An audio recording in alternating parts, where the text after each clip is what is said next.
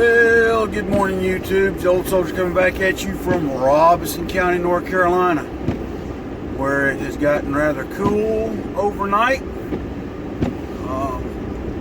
meaning it has gotten down into the 50s finally, which I am glad it has. Means the weather's starting to cool off, means fall's on the way, and great things are about to happen. Watching the news this morning, our commander-in-chief is down at the border watching the wall get put up that he said he was going to put up, and glad for that. It'll be a good deterrent to illegal immigrants coming across. Saw in the news where that dipstick Beto O'Rourke got himself stuck. Well, Beto O'Rourke, so there's no explanation necessary there. But, yeah, our president get the wall built like he said he was going to. But I hear the left now going off and hollering, but that's so racist, he's letting nobody in, and this, that, and the other. Well, you know what, folks? He's forcing our southern border to abide by the laws of this nation. Well, they have a right to come here. No, they don't. They can earn the opportunity and the privilege to enter this country and immigrate legally. Well, we're a free country. Yeah, a free country with borders and laws. But we took it from them. Well, I can't control what has happened in the past no more than you can. And we can't go back and apologize for everything. Sorry, that's plain and simple. That's like me trying to go apologize for everything my daddy might have done wrong or his daddy did wrong. That don't float in my book. If you want to do that, cross the big pond to England and Germany and Russia and Denmark and Holland and, well, wait a minute, let's go to China and India and Pakistan and, oh, wait a minute, let's go to Africa, South America, Australia. The point being is, ever since man's been on the face of the earth, one group of individuals has always dominated another group of individuals at some point in time. And what I mean by dominate, they go to your country and they take over. But that was before a time, that was a time before we had the laws that we have today and the borders we have and the civilized law and order that we have now that has kind of stabilized the world as we know it in the way of borders. Now granted, there's still every now and again a country will try to do something to upset that balance. A few years back, the country of Russia decided that the country of Georgia no longer needed to be independent. That Georgia needed to come back into the Russian Federation. Well, people started shooting at each other over that issue, and a lot of people died because of the greed and lust for power of man. So enough said on that. But yeah, the president's getting his wall built. The left's gonna flip out over it. I'm gonna call him everything under the sun, even though he's just trying to protect our borders. He was talking about our military this morning too on the news, and I thought that was interesting.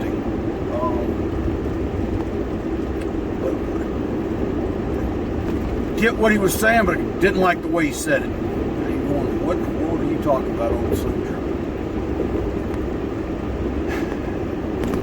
He's talking about how when he took over as president, our military was depleted. Now, I will agree to that to quite an extent because I kind of watched these deployments that our army, our military was going through, and the strain put on resources and materials and personnel. He kind of gave the analogy that we were almost out of ammunition. We're having during this time he's built that stockpile back up. And while I agree with all that, I just didn't like the way he said it, because he kind of gave overtones of, pointing the finger. And the last president did that, and I didn't like that. I gave him 2 years of hope and change, and it never came, and all he could do is continue to point his finger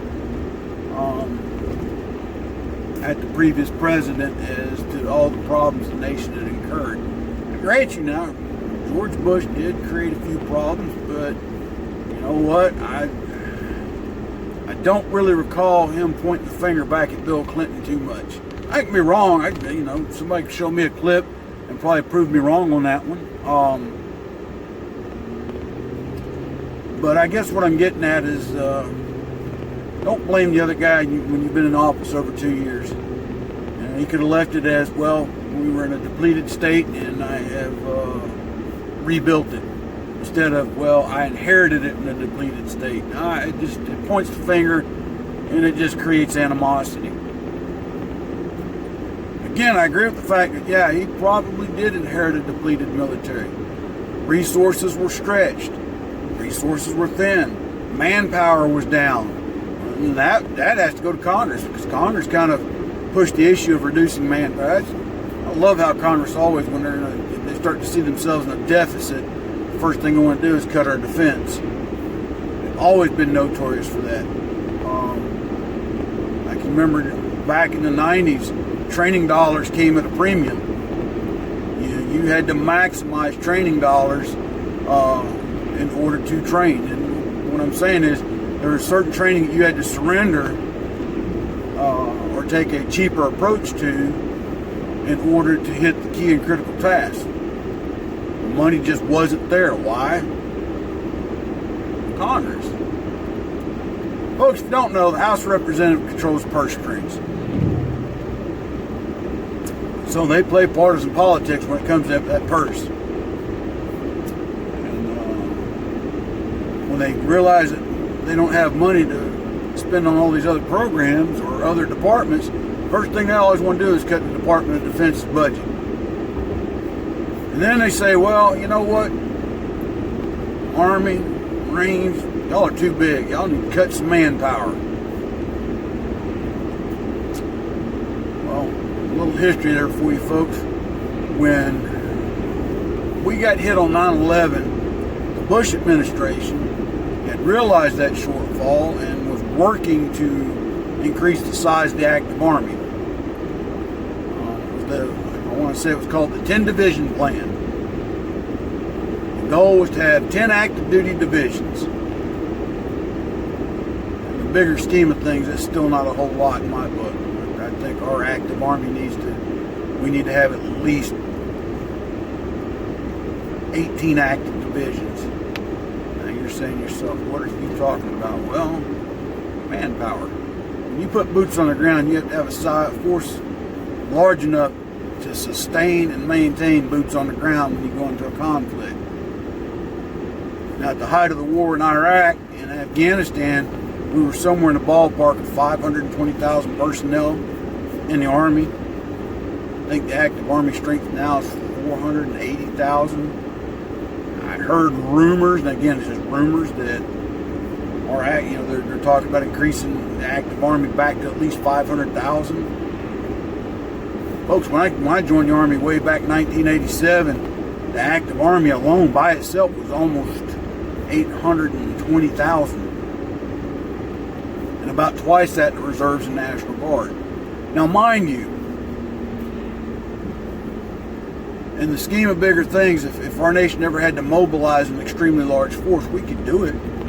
We did it during World War II and World War I. At the height of World War II, our military, and this is all branches, our military was almost 8 million strong.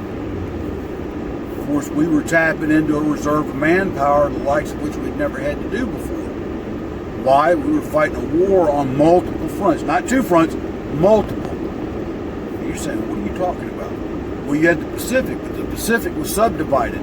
You had Europe, You had the Mediterranean. You had North Africa. Okay? We had troops all over the globe. So we had to have a large force. Now, of course, Cold War came into play. That's the other thing. We drastically drew down after World War II. Then the Korean War kicked up. There was a need to increase the size of force. And if you haven't figured it out, we've got a bad habit of repeating our history. After a major conflict, we like to draw it down to almost a skeletal level. Which during the Clinton administration, it got to almost a brutal, bare to the bone size force. I think we were at like 415,000, 420,000 when it was all said and done. Honestly, in the scheme of things, the greater scheme of things, that is a bare bones force for a nation our size. And you're saying, well, what's our nation's size got to do it? Because we have to be able to project force all across the globe to protect our assets and our interests. You're saying, you're talking about meddling in the affairs of other nations. No.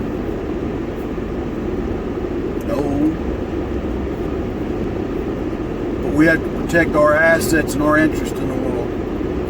We have to be able to help protect our trading partners. Oh man, he's on that capitalistic rant. Well, yeah. It's called free market. You have to be able to protect things because there are people in this world that would rather take than buy. It's just a fact of life. Now, we should have never become the world's police force. That's something that we have become. The current president's trying to get out of that business too. I kind of agree with that. Every time the UN wants to send somebody out and do something, they always stick their hand out at us and say, United States, give us money, give us troops. And for years, we've been like that lapdog, jump up in their lap. Yep.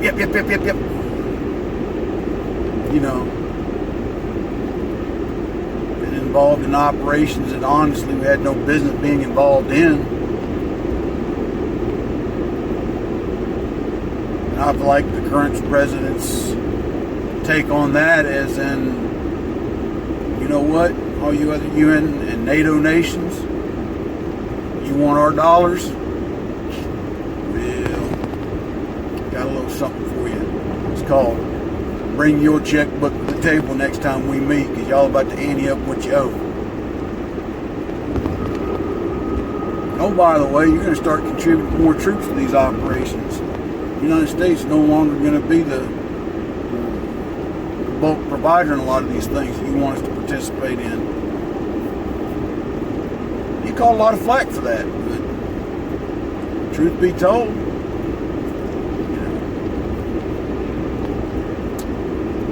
anyway, folks, I've just rumbled and rambled on today.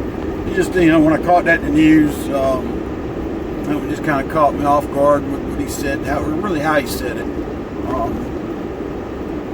I just wished he wouldn't talk in that manner. It's just how he is, though. Again, like I've said before, folks, I don't like the man, never have. But I do like what he's trying to do for our country. The economy's starting to pick back up, and some would say it's thriving. I would certainly say that it's doing well for itself. It could be better. It's not the economy of the Reagan years. Of course, Reagan went through a recession, but it corrected itself, and by the mid to late 80s, the economy was booming. I just love how presidents like to take claim, when it's good, and point the fingers at others when it's bad. But hey, it is what it is, folks. We just live in this world, and we got to make the most of it. But anyway. In other news, gun grabbers are still out there, and Mr. Old Beto O'Rourke, whatever his name is, Mr. Beto O'Rourke. There you go. guess he's having to do some backpedaling or something. You know, one minute he's telling people they can keep their M16 type rifle, AR rifles, and their AK-47 rifles, and now he's saying we're gonna take them away from you. Okay, again, Mr. O'Rourke, if I own an AK-47 or an AR-15 or AR type rifle, ain't none of your business. If you, sir, personally want to come and take my guns, I live in Parkton, North Carolina, Mr. O'Rourke. Come to my house. Come and try to take my guns. I promise you, Mr. O'Rourke, you will regret that choice. I'll leave it up to you to imply what that means, but I promise you, you will regret that choice. You have no right to even attempt to take my firearms. Nor do you have a right to tell me what kind of firearms I can and cannot own.